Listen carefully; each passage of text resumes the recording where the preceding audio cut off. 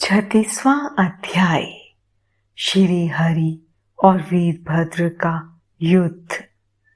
ब्रह्मा जी कहते हैं, नारद, जब शिवजी की आज्ञा पाकर वीरभद्र की विशाल सेना ने यज्ञशाला में प्रवेश किया तो वहां उपस्थित सभी देवता अपने प्राणों की रक्षा के लिए शिवगणों से युद्ध करने लगे, परंतु शिवगणों की वीरता और पराक्रम के आगे उनकी एक न चली।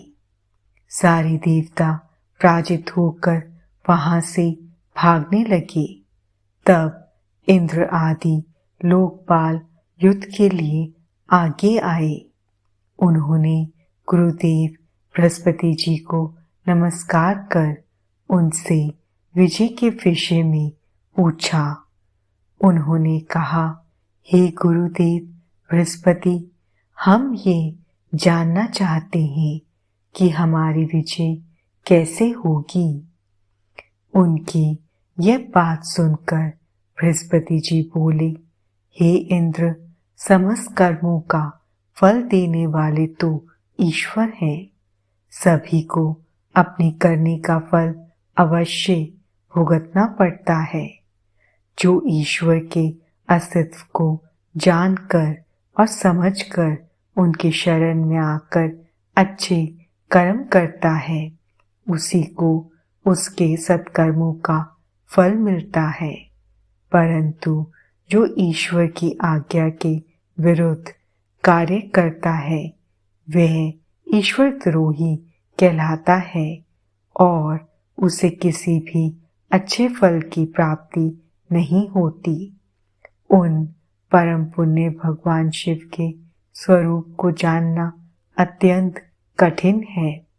वे सिर्फ अपने भक्तों के ही अधीन हैं, इसलिए उन्हें भक्त वत्सल भी कहा जाता है।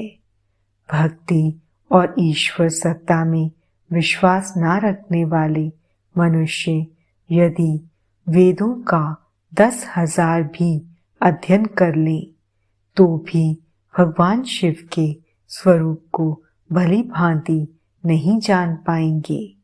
भगवान शिव के शांत, निर्विकार एवं उत्तम दृष्टि से ध्यान करने एवं उनकी उपासना करने से ही शिव तत्व की प्राप्ति होती है। तुम उन करुणा निधान भगवान महेश्वर की अवहेलना करने वाले उस मूर्ख दक्ष के निमंत्रण पर यहाँ इस यज्ञ में भाग लेने आ गए हो। भगवान शिव की पत्नी देवी सती का भी इस यज्ञ में घोर अपमान हुआ है। उन्होंने इसी यज्ञ में अपने प्राणों की आहुति दे दी है। इसी कारण भगवान शंकर ने रुष्ट होकर इस यज्ञ का विध्वंस करने के लिए वीरभद्र के नेतृत्व में अपने शिवगणों को भेजा है। अब इस यज्ञ का विनाश को रोक पाना किसी के भी वश में नहीं है। अब चाहकर भी तुम लोग कुछ नहीं कर सकते। बृहस्पति जी के ये वचन सुनकर इंद्र सहित अन्य देवता चिंता में पड़ गए। तभी वीरभद्र और अन्य शिवगण उनके निकट पहुंच गए। वहां वीरभद्र ने उन सभी को बहुत डांटा और फटकारा। गुस्से से वीरभद्र ने इंद्र सहित सभी देवताओं पर अपने तीखे बाणों से प्रहार करना शुरू कर दिया। बाणों से घायल हुए सभी देवताओं में हाहाकार मच गया और वे अपने प्राणों की रक्षा के लिए यज्ञ मंडप से भाग खड़े हुए। यह देखकर वहां उपस्थित सभी ऋषि मुनि भयभीत होकर श्री हरि के सम्मुख प्राण रक्षा के लिए प्रार्थना करने लगे। तब मैं और विष्णु जी वीरभद्र से युद्ध करने के लिए उनके पास गए। हमें देखकर वीरभद्र जो पहले से ही क्रोधित थे, हम सबको डांटने लगे। उनके कठोर वचनों को सुनकर विष्णु जी मुस्कुराते हुए बोले, हे शिव भक्त वीरभद्र, मैं भी भगवान शिव का ही भक्त हूँ। उनमें मेरी अपार श्रद्धा है।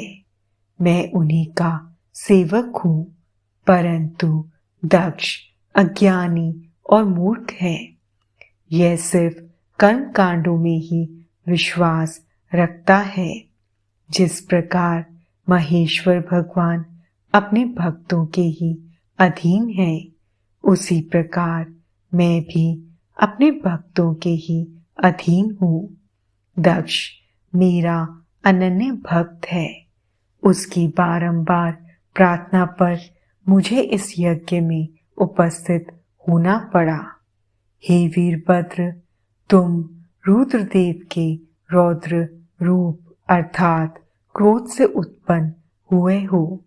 तुम्हें भगवान शंकर ने इस यज्ञ का विनाश करने के लिए यहाँ भेजा है।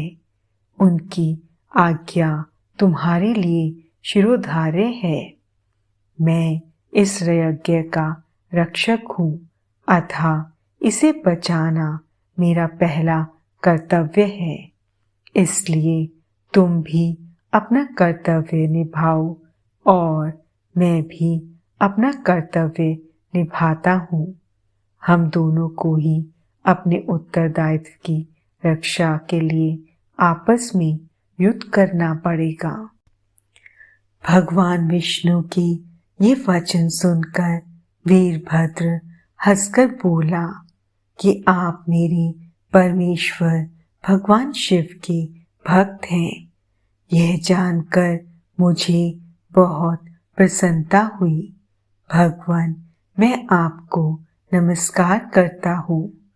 आप मेरे लिए भगवान शिव के समान ही पूजनीय हैं। मैं आपका आदर करता हूँ, परंतु शिव आज्ञा के अनुसार मुझे इस यज्ञ का विनाश करना है।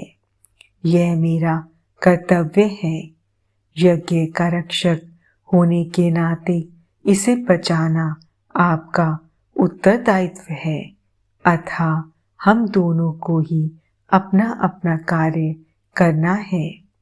तब श्री हरि और वीरभद्र दोनों ही युद्ध के लिए तैयार हो गए।